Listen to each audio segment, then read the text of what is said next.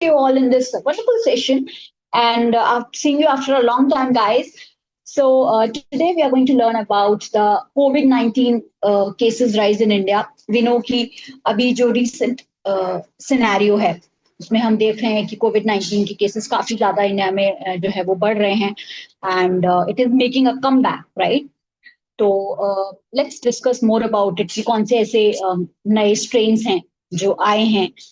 इसके अलावा इंडिया के कौन से ऐसे पार्ट्स हैं जो अफेक्टेड हैं करंटली और जिनमें एक कहीं ना कहीं एक सिचुएशन ऐसी डेवलप हो रही है दैट इट नीड्स अटेंशन। तो उसी से रिलेटेड आज हम बात करने वाले हैं and it's going to be a very interesting session. Please last तक इसको जरूर देखिए क्योंकि इसमें मैं कुछ ऐसे इंपॉर्टेंट पॉइंट्स भी बताने वाली हूँ जिनमें जो है बेसिकली जो साइंटिस्ट हैं जो एंटीवायरल ड्रग्स के ऊपर जो काम कर रहे हैं आगे लैब्स में, तो वो उन पर्टिकुलर एरियाज में जो है वो वर्क करेंगे या कर सकते हैं आगे फ्यूचर में। तो उसी से रिलेटेड आज हम आज का जो एक स्मॉल वीडियो मैंने डेवलप किया है, लेट्स अंडरस्टैंड अबाउट इट।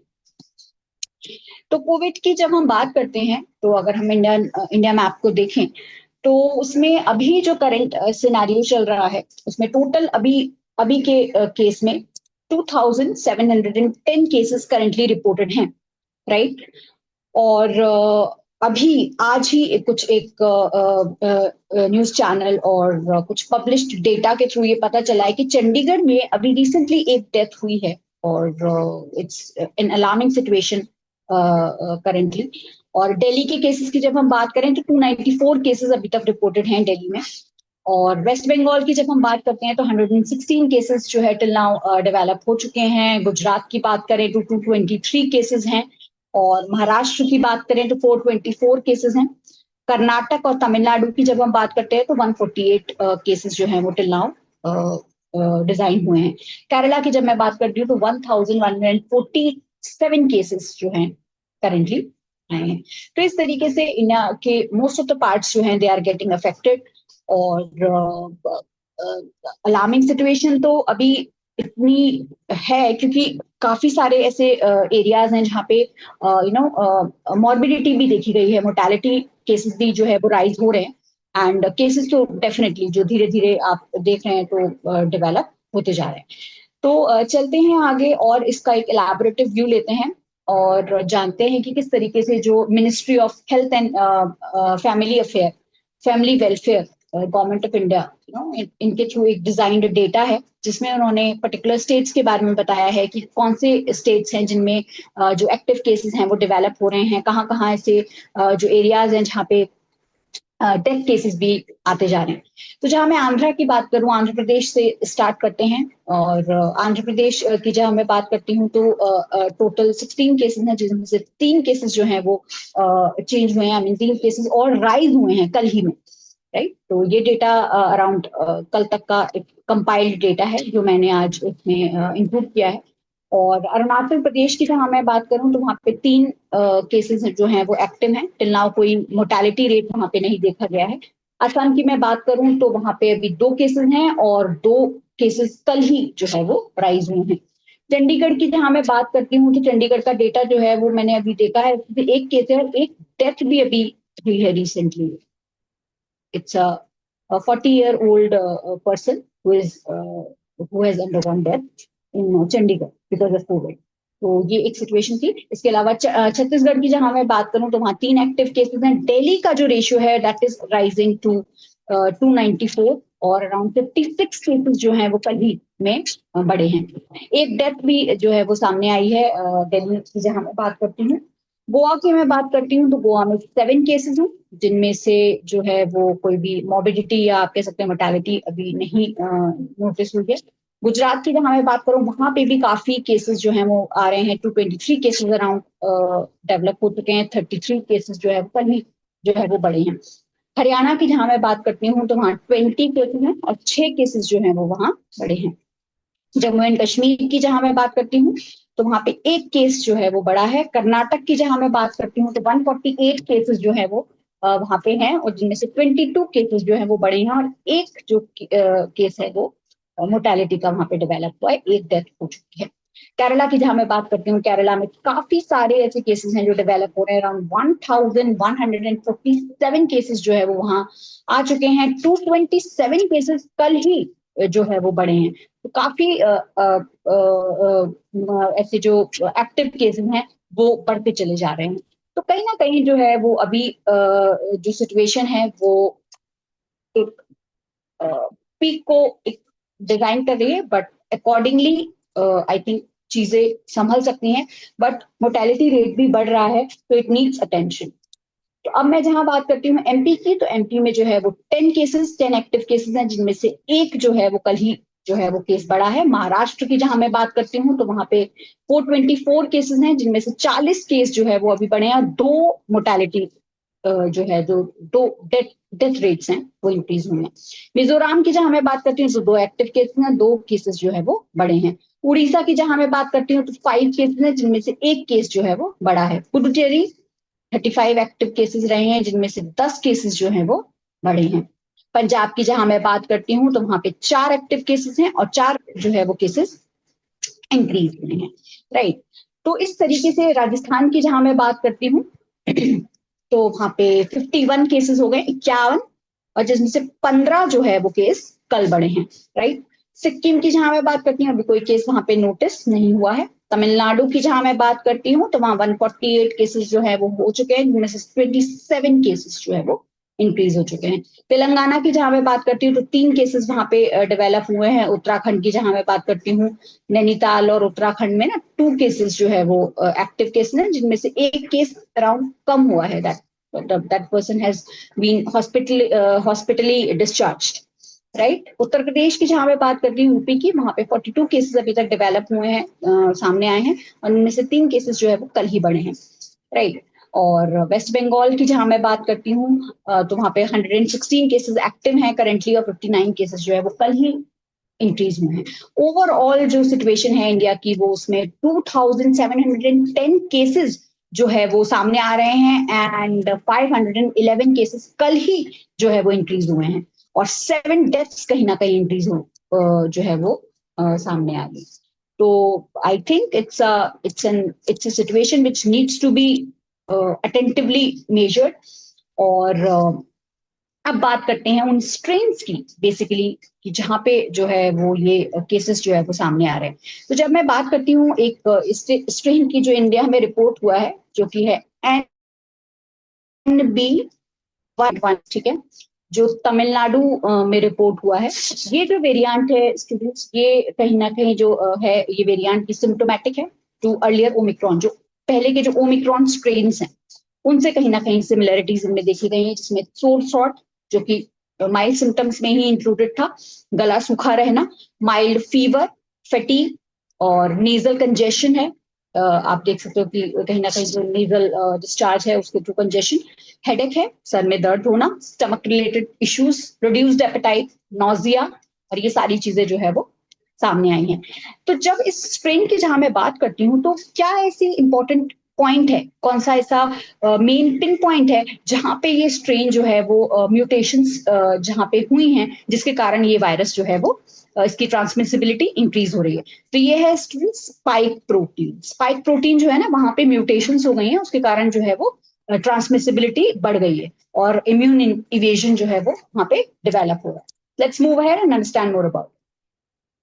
इसके अलावा दूसरा जो लीनिएज है वो है JN.1 लीनिएज।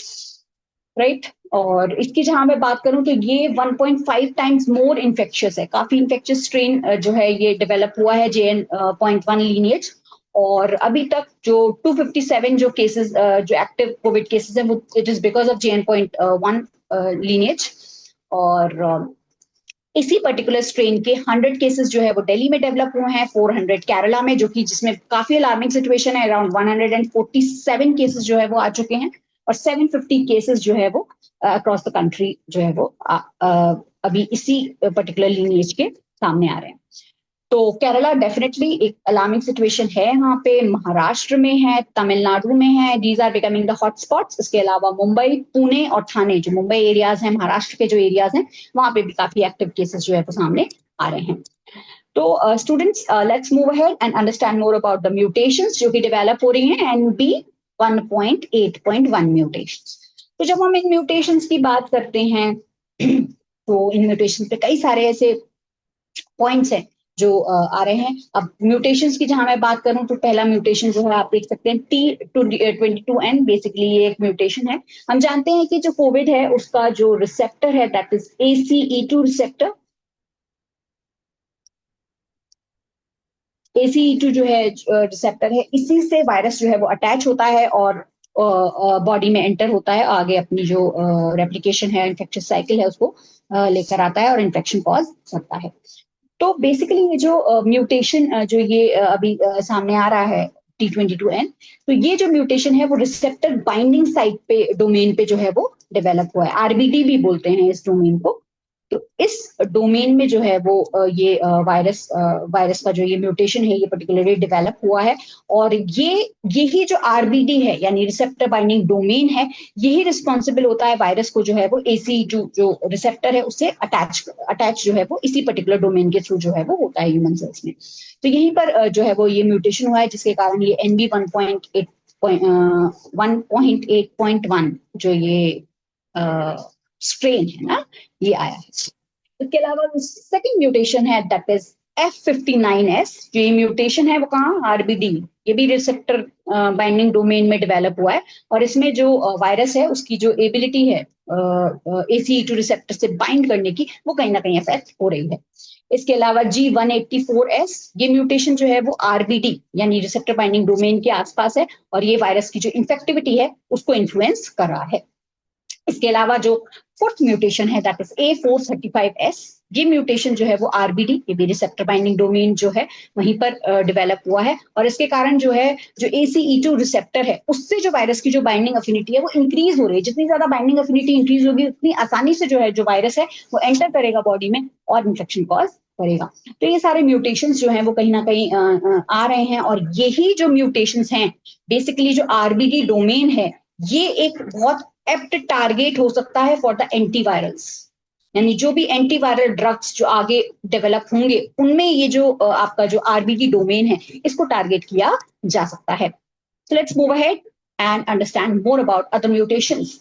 तो अब मैं दूसरे म्यूटेशंस की जहां पे बात करती हूँ तो उसमें क्या है V445H। इसमें जो ये म्यूटेशन है वो कहाँ डेवलप हुआ है, इसमें भी RBD डोमेन को ही टारगेट किया गया है और कहीं ना कहीं जो वायरस की जो इन्फेक्टिविटी है उसको एनहांस करने के लिए, उसको इंक्रीज करने के लिए जो है ये पर्टिकुलर म्यूटेशन जो है वो डेवलप हुआ है।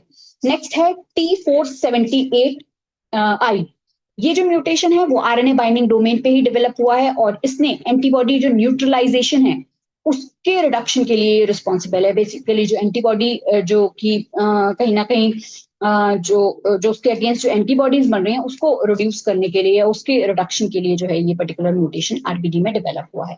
तो ये सारे म्यूटेशंस जो है वो NB 1.8.1 जो स्ट्रेन है उसमें देखे गए हैं, राइट। अब मैं बात करती हूँ नेक्स्ट पार्ट की जो कि है JN.1 वेरिएंट म्यूटेशन। ये जो पर्टिकुलर जो वेरिएंट है स्टूडेंट्स, ये जो वेरिएंट है ये इसमें स्पाइक प्रोटीन जो कि बेसिकली ऐसा जो प्रोटीन होता है जो अटैचमेंट के लिए रिस्पॉन्सिबल होता है, उसमें ल्यूसीन 455 टू सीरीन जो है वो म्यूटेशन जो है वो देखा गया है। और यही म्यूटेशन JN.1 स्ट्रेन की जो इन्फेक्टिविटी है उसको इंक्रीज कर रहा है, उसकी ट्रांसमिसिबिलिटी को इंक्रीज कर रहा है। यानी आसानी से जो इसी जो पर्टिकुलर म्यूटेशन है इसके कारण जो है वो वायरस जो है वो आसानी से ट्रांसमिट हो रहा है और इम्यून एस्केप एबिलिटी जो है वो वहां पे डेवलप हो रही है। तो ये पर्टिकुलर जो म्यूटेशन है, इसी म्यूटेशन की वजह से ट्रांसमिसिबिलिटी इंक्रीज हो रही है। कहीं ना कहीं इस म्यूटेशन को टारगेट करके जो है एंटीवायरल ड्रग्स को डेवलप किया जा सकता है। तो बेसिकली अभी तक हमने देखा कि RBD एक एंटीवायरल ड्रग का टारगेट हो सकता है for and spike proteins, right. तो ये दोनों ऐसे पार्ट्स हैं जिनको जो है साइंटिस्ट टच कर सकते हैं for constructing the antiviral drugs, right. तो इस तरीके से जो है वो चीजें सामने आ रही हैं। So let's move ahead and understand about the vaccine targets. तो जब हम वैक्सीन डेवलप करने की बात करते हैं, एक नई वैक्सीन अप्रोच की बात करते हैं जो कि फ्यूचर कोरोना वायरस को कॉम्बैट करेगा, तो उसके केस में अब हम देखेंगे कि in addition to SARS corona virus 2 जब हम बात करते हैं, तो वायरस जो कि कोविड-19 को कॉज़ कर रहा है, तो वो है आपका सार्बैको वायरसेस जो हैं, वो एक सब जीनस है कोरोना वायरस के।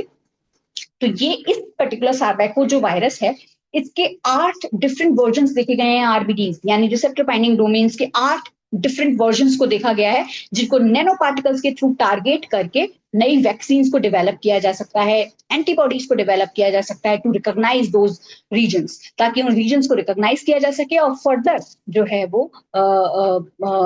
एंटीबॉडी कंस्ट्रक्शन में एंटीवायरल ड्रग्स के जो कंस्ट्रक्शन है उसको डेवलप किया जा सके। तो बेसिकली जो मोज़ेक आप इनको कह सकते हैं कि जो ये मोज़ेक नैनो पार्टिकल्स का जो कॉन्सेप्ट है, ये एक इम्पॉर्टेंट फ्यूचर जो है वो इरा के लिए डेवलप हो रहा है, एक फ्यूचर रे ऑफ होप के लिए कहीं ना कहीं ये रिस्पॉन्सिबल है। आगे जैसे कहते हैं ना आशा की किरण, उसके लिए ये एक अच्छा विकल्प साबित हो सकता है और अच्छे से जो है वो उन पर्टिकुलर जो स्ट्रेन्स हैं उनके अगेंस्ट वर्क कर सकता है। So that was a small session I've tried to make to tell you about the current situation of coronavirus. And that was it. Thank you very much for joining, and keep learning, keep shining. And V for victory and V for virus free India again, because the virus is targeting a lot of regions. So that was it. And keep learning, keep shining, and be happy and be good, and be a good version of yourself. That's it. Thank you. Bye bye.